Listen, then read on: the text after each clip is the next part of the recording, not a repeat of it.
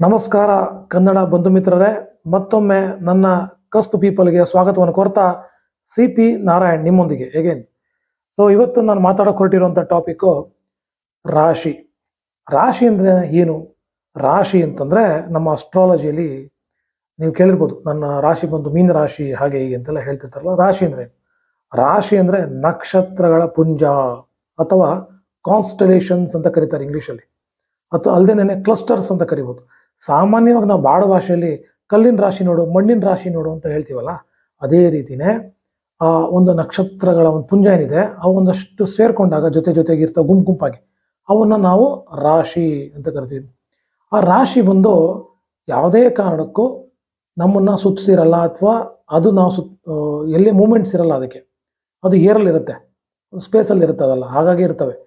ನಾವು ಅಂದರೆ ಭೂಮಿ ರೊಟೇಷನ್ ಆಗೋದಕ್ಕೋಸ್ಕರ, ಜೊತೆಗೆ ಆರ್ಬಿಟಲ್ಲಿ ರೆವಲ್ಯೂಷನ್ ಆಗೋದಕ್ಕೋಸ್ಕರ ನಮ್ಮ ಕಣ್ಣಿಗೆ ಅವೆಲ್ಲ ಸುತ್ತಿದ್ದೇವೇನೋ ಅಂತ ಕಾಣಿಸುತ್ತೆ. ಆದರೆ ಅದು ಸುತ್ತುತ್ತಿಲ್ಲ, ಎಲ್ಲೂ ಮೂಮೆಂಟ್ ಇಲ್ಲ ಅದಕ್ಕೆ. ಹಾಗಾಗಿ ನಮಗೆ ಅದು ಸುತ್ತಾ ಇರೋ ಥರ ಕಾಣುತ್ತೆ, ನಕ್ಷತ್ರ ಬೀಳ್ತಾ ಇರೋ ಥರ ಕಾಣಿಸುತ್ತೆ, ಅಥವಾ ಏನೋ ಒಂದು ಉದಯಿಸ್ತಾ ಇರೋ ಥರ ಕಾಣಿಸುತ್ತೆ. ಯಾಕೆ ಅಂದರೆ ನಾವು ಸುತ್ತಾ ಇರ್ತೀವಿ ಅಲ್ವಾ, ನಿಮ್ಗೆ ಗೊತ್ತಿದೆ, ಭೂಮಿ ಸುತ್ತಾ ಇರುತ್ತೆ. ನಾವು ಸುತ್ತುವಾಗ ಅದು ನಮ್ಗೆ ಸುತ್ತಾ ಇರೋ ಥರ ಕಾಣಿಸುತ್ತೆ ಅಷ್ಟೇ, ಬಟ್ ಅವೆಲ್ಲ ಹಾಗಾಗೇ ಇರ್ತವೆ. ಒಟ್ಟಾಗಿ ಈ ನಕ್ಷತ್ರಗಳ ಪುಂಜ ಏನಿದೆ ಇದು ಸುಮಾರು 27 ನಕ್ಷತ್ರಗಳು ಅಂತ ಹೇಳ್ತೀವಿ. ಅದು ಹೇಗೆ ಮಾಡ್ಬಿಟ್ರಪ್ಪ 27 ಇರುತ್ತಾ? ಇಲ್ಲ, ಲಕ್ಷಾಂತರ ಇದೆ, ಕೋಟ್ಯಾಂತರ ಇದೆ. ಹಾಗಾಗಿ ಅದೇನಾಗಿದೆ ಅಂದರೆ, ನೀವು ಇವಾಗ ಕೇಳಿರ್ಬೋದು, ನಮ್ಮ ಹಾಡು ಭಾಷೆಯಲ್ಲಿ ಕನೆಕ್ಟಿಂಗ್ ದ ಡಾಟ್ಸ್ ಅಂತೀವಲ್ಲ, ಅಥವಾ ರಂಗೋಲೆ ಬಿಡಿಸೋದು ಅಂತೀವಲ್ಲ, ಹಾಗೆ ನಮ್ಮ ಋಷಿ ಮುನಿಗಳು ಏನು ಮಾಡಿದ್ದಾರೆ, ಅದನ್ನು ಗುರುತಿಡಿಯೋಕ್ಕೋಸ್ಕರ ಅದಕ್ಕೊಂದು ಆಕಾರ ಕೊಟ್ಟಿದ್ದಾರೆ. ಎಲ್ಲೆಲ್ಲಿ ನಕ್ಷತ್ರಗಳಿದೆಯೋ ಅವಕ್ಕೆಲ್ಲ ಡಾಟ್ಸ್ ಕನೆಕ್ಟ್ ಮಾಡ್ಕೊಂಡು ಬಂದು ಅವಕ್ಕೊಂದು ಮೇಷ ರಾಶಿ, ನೋಡೋಕ್ಕೆ ಒಳ್ಳೆ ನಮ್ಮ ಇದ್ರ ಮುಖ, ಮೇಕೆ ಮುಖ ಇದ್ದಾಗಿದೆ, ಇದಕ್ಕೆ ಮೇಷ ರಾಶಿ ಅಂತ ಹೇಳೋಣ.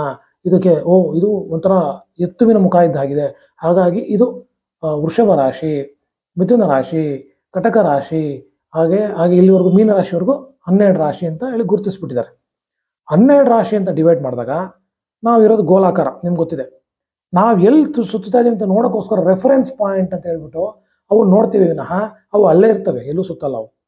ಈಗ ನಿಮಗೆ ಒಂದು ಸಣ್ಣ ಅನಿಮೇಷನ್ನಲ್ಲಿ ನಿಮಗೆ ಇದನ್ನ ಎಕ್ಸ್ಪ್ಲೇನ್ ಮಾಡ್ತೀನಿ, ನಿಮ್ಗೆ ಅರ್ಥ ಆಗ್ಬಿಡುತ್ತೆ.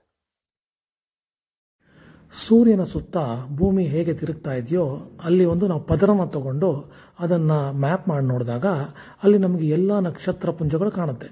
ಅಂದರೆ ಎಲ್ಲ ಒಂದು ಡಾಟ್ಸ್ಗಳನ್ನು ಕನೆಕ್ಟ್ ಮಾಡಿದಾಗ ಸಿಗುವುದೇ ನಕ್ಷತ್ರ ಪುಂಜಗಳು. ಅಲ್ಲೇನಾದರೂ ನಾವು ಭೂಮಿಯ ಮೇಲೆ ನಿಂತು ಒಂದು ರೇಖೆಯ ಮುಖಾಂತರ ದೃಷ್ಟಿಸಿ ನೋಡಿದಾಗ ಕಾಣುವುದೇ ರಾಶಿಗಳು.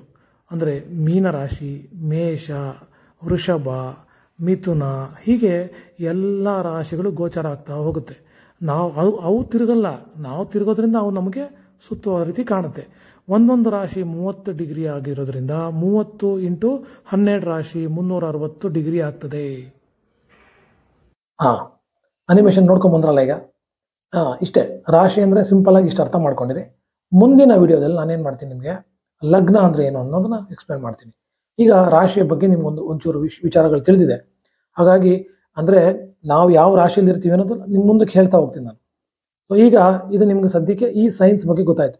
ಇದನ್ನು ನೀವು ಈಸಿಯಾಗಿ ಕೂಡ ಟ್ರ್ಯಾಕ್ ಮಾಡ್ಬೋದು. ಹೇಗೆ ಅಂತಂದರೆ, ಸ್ಟಾರ್ ಮ್ಯಾಪ್ ಅಂತ ಒಂದು ಆ್ಯಪ್ ಇದೆ, ಜೊತೆಗೆ ಸ್ಟಾರ್ ಟ್ರ್ಯಾಕರ್ ಅಂತ ಒಂದು ಆ್ಯಪ್ ಇದೆ. ಇವನ್ನೆಲ್ಲ ಹಾಕೊಂಡ್ರೆ ನೀವು ಇದನ್ನು ಎಲ್ಲೆಲ್ಲಿ ಬೇಕಾದರೂ ನೋಡಿದಾಗ ನಿಮಗೆ ಸ್ಕೈ ಮ್ಯಾಪ್ ಬರುತ್ತೆ. ಆ ಸ್ಕೈ ಮ್ಯಾಪ್ನಲ್ಲಿ ನಿಮಗೆಲ್ಲ ಕಾಣ್ತಾ ಹೋಗುತ್ತೆ, ಎಲ್ಲೆಲ್ಲಿ ಯಾವ್ಯಾವುದು ಪುಂಜ ಇದೆ ಅಂತ. ನೋಡಿ, ಆ ಕಾಲದಲ್ಲಿ ನಮ್ಮ ಋಷಿಮುನಿಗಳು ಟೆಲಿಸ್ಕೋಪ್ ಇಲ್ದೇನೆ ನೋಡ್ಬಿಟ್ಟಿದ್ದಾರೆ. ಅಲ್ವಾ. ಎಲ್ಲನೂ ನಮ್ಮದೇ ಕಾಪಿ ಆಗಿರೋದು ಎಲ್ಲವೇ. ಅಂದರೆ ನಮ್ಮ ಏನ್ಷಿಯಂಟ್ ಹಿಂದೂಯಿಸಮ್ ಸನಾತನ ಧರ್ಮ ಏನು ಹೇಳ್ತೀವಿ ಅದರದ್ದೇ ಫಾಲೋ ಮಾಡ್ಕೊಂಡು ಅವರೆಲ್ಲ ತೊಗೊಂಡೋಗಿ ಈಗ ಝೋಡಿಯಾಕ್ ಸೈನ್ಸ್ ಅಂತ ಮಾಡ್ಕೊಂಬಿಟ್ಟು ಮಾಡ್ತಿದ್ದಾರೆ. ಅದೇ ಸೇಮ್ ಎಲ್ಲನೂ ಇದೇನೆ, ಇಲ್ಲಿಂದಲೇ ಡೆವಲಪ್ ಆಗಿರೋದು. ಹಾಗಾಗಿ ನೀವು ಇದನ್ನು ಅರ್ಥೈಸ್ಕೊಳ್ಳಿ. ಮುಂದಿನ ವಿಡಿಯೋ ಅಂದರೆ ನನ್ನ ಮುಂದಿನ ವಿಡಿಯೋದಲ್ಲಿ ಲಗ್ನದ ಬಗ್ಗೆ ಮಾತಾಡ್ತೀನಿ.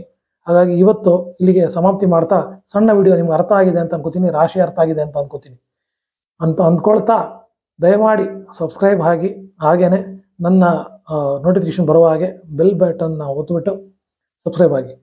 ಎಲ್ಲವನ್ನು ಸಾಕಷ್ಟು ಜನಕ್ಕೆ ಫಾರ್ವರ್ಡ್ ಮಾಡಿ. ಯಾಕಂದರೆ ಇದು ಎಜುಕೇಷನ್ ವಿಡಿಯೋ, ಸೈಂಟಿಫಿಕ್ ಆಗಿ ನಿಮಗೆ ಇದನ್ನು ತಿಳಿಸುವಂಥ ಒಂದು ಪ್ರಯತ್ನ ಮಾಡ್ತಾ ಇದ್ದೀನಿ.